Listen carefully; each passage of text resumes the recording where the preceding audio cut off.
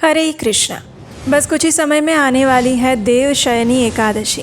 एक ऐसी एकादशी जो अपने आप में अत्यंत पुण्यशाली, सशक्त और परम भगवान श्री हरि की विशेष कृपा बरसाने वाली है।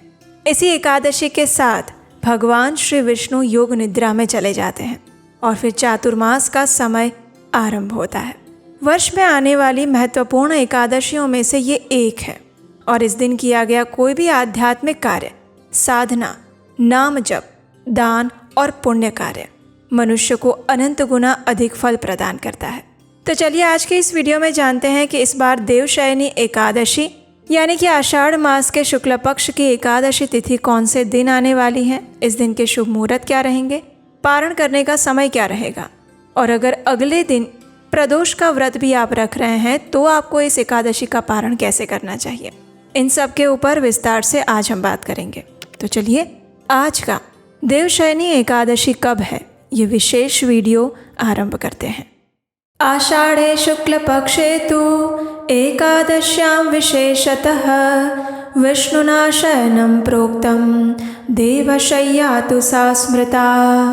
पद्म पुराण के उत्तरखंड में कहा जाता है कि आषाढ़ मास के शुक्ल पक्ष की एकादशी के दिन भगवान विष्णु 4 महीनों के लिए योग निद्रा में चले जाते हैं और इसीलिए इस काल को देवताओं का रात्रि काल माना जाता है और इसीलिए इस समय के दौरान कोई भी शुभ या मांगलिक कार्य नहीं किए जाते, अपितु अधिक से अधिक आध्यात्मिक कार्य संपन्न किए जाते हैं।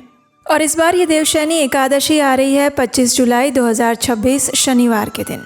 इस बार एकादशी तिथि का आरंभ हो जाएगा 24 जुलाई 2026 सुबह 9:12 से और एकादशी तिथि समाप्त होगी 25 जुलाई 2026 शनिवार के दिन सुबह 11:34 पर। उसके बाद द्वादशी तिथि आरंभ हो जाएगी।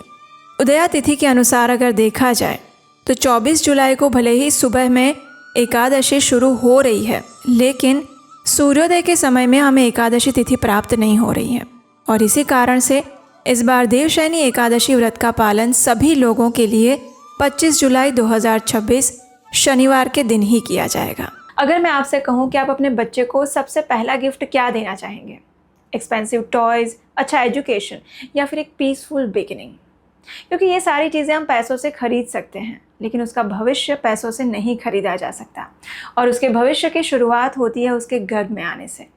यस, बेबी की जर्नी उसके बर्थ से नहीं, उसके गर्भ में आने से पहले शुरू होती है और उसी को कहते हैं गर्भ विज्ञान, जो कि हमारे वैदिक कल्चर का एक अनमोल मोती है।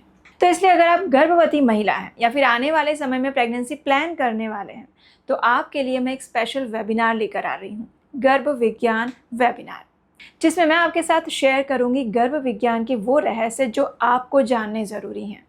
नीचे डिस्क्रिप्शन बॉक्स में उसका लिंक दिया गया है, अभी जाकर रजिस्टर करें and I will see you there in live workshop. लेकिन हाँ, आइएगा तभी जब आप इसके लिए सीरियस हो। सी यू देयर। आइए अब इस दिन के विशेष मुहूर्त देखते हैं। देवशयनी एकादशी के दिन प्रातः ब्रह्म मुहूर्त का समय रहेगा सुबह 4:16 से लेकर 4:57 के बीच में और सूर्योदय होगा सुबह 5:38 पर।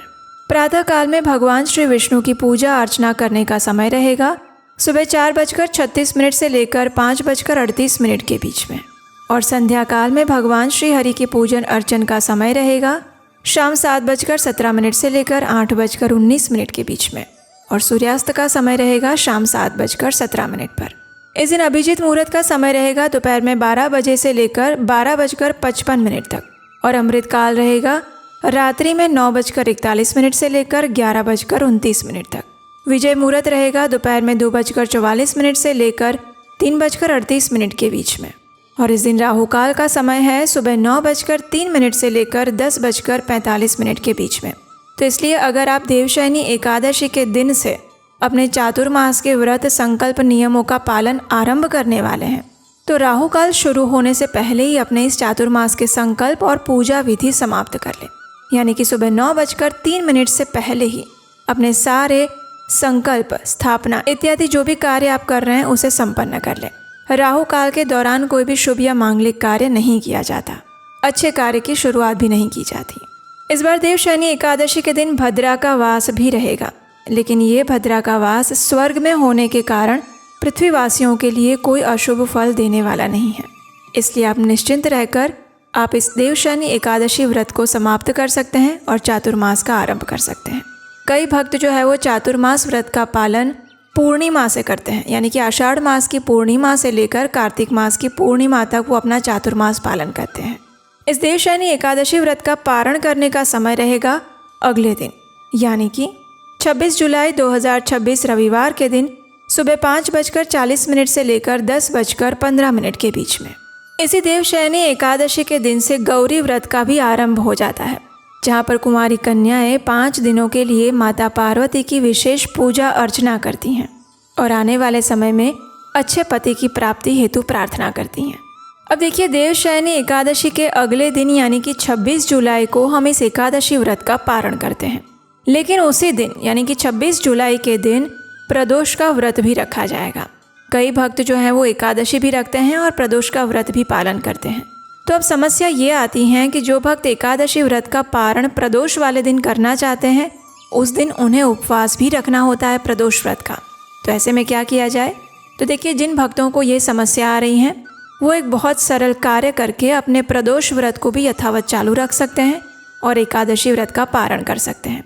तो देखिए, इसके लिए क्या करना होगा कि सबसे पहले प्रदोष व्रत वाले दिन आप प्रातः काल में भगवान शिव के पूजन अर्चन संबंधी सारे कार्य समाप्त कर लें। उसके बाद जब एकादशी व्रत के पारण का समय आता है तो उस दिन पारण के सभी नियमों का पालन करें और फिर जब आपको भोजन लेने का समय आता है उस समय आप भगवान शिव से विशेष प्रार्थना करें, भगवान श्री हरि से प्रार्थना करें और उसके बाद भगवान शिव से कहें, हे भोलेनाथ, मैंने कल एकादशी का व्रत रखा था और इस एकादशी व्रत को पूर्ण करने के लिए, उसका पारण करने के लिए मैं भगवान को अर्पित चावल का सिर्फ 1 दाना स्वीकार करके इस व्रत का पारण कर रही हूँ और उसके बाद मैं अपना प्रदोष व्रत का उपवास यथावत चालू रखूँगी। कृपया आप मेरे प्रदोष व्रत का स्वीकार करें। इस प्रकार भगवान शिव से प्रार्थना करके आप भगवान श्री विष्णु को अर्पित चावल का 1 दाना लेकर अपने एकादशी व्रत का पारण कर सकते हैं और उसके बाद अपने प्रदोष व्रत को यथावत चालू रख सकते हैं। इस प्रकार आप एकादशी व्रत और प्रदोष व्रत दोनों का नियम पूर्वक पालन कर लेंगे। अब देखिए, ये देवशयनी एकादशी है जो अत्यंत महत्वपूर्ण है। हमारे शास्त्रों में वर्णन आता है कि इसी एकादशी के दिन भगवान श्री विष्णु 4 मास के लिए यानी कि श्रावण, भाद्रपद, अश्विन और कार्तिक, ये 4 मास के लिए वे योग निद्रा में चले जाते हैं और उस समय सभी देवी देवता भगवान श्री विष्णु की शरण ग्रहण करते हैं और ऐसे में भगवान महादेव यानी कि भगवान शिव जो हैं वो इस संपूर्ण पृथ्वी का कार्यभार संभालते हैं। तो इसलिए चातुर्मास का, वर्षा ऋतु का ये जो समय होता है वो हमारी साधना के लिए, हमारे आध्यात्मिक प्रगति के लिए सबसे महत्वपूर्ण बताया जाता है। ये ऐसा समय है जिसमें आप अधिक से अधिक प्रयास करके अपनी साधना को मजबूत बनाकर अपनी भक्ति में आगे बढ़ सकते हैं। तो इसलिए ये अपने स्पिरिचुअल बैंक अकाउंट को बढ़ाने का समय होता है। तो इसलिए इसका पालन भी विशेष रूप से करना चाहिए। इस समय के दौरान जिन नियमों का पालन किया जाता है उसका अनंत गुना फल अधिक होकर प्राप्त होता है हमें। तो प्रयास करें ये देवशयनी एकादशी जो है उसका पूर्ण श्रद्धा और नियम के साथ पालन करें, कुछ कठिन तपस्या करें, कुछ विशेष संकल्प लें और स्वयं को भगवान श्री कृष्ण की ओर आगे बढ़ाने के लिए तैयार करें। अधिक से अधिक हरे कृष्ण महामंत्र का जप करें, भगवान की दिव्य कथाओं का श्रवण करें, अपनी चेतना को अधिक से अधिक भगवान के ऊपर केंद्रित रखने का प्रयास करें। और अगर आप इस देवशयनी एकादशी की विस्तृत व्रत विधि जानना चाहते हैं तो हमें नीचे कमेंट बॉक्स में लिखकर ज़रूर बताइएगा। अगर आपकी इच्छा हुई तो हम इसके ऊपर आपको विस्तार से शास्त्र के अनुसार विधि अवश्य बताएंगे।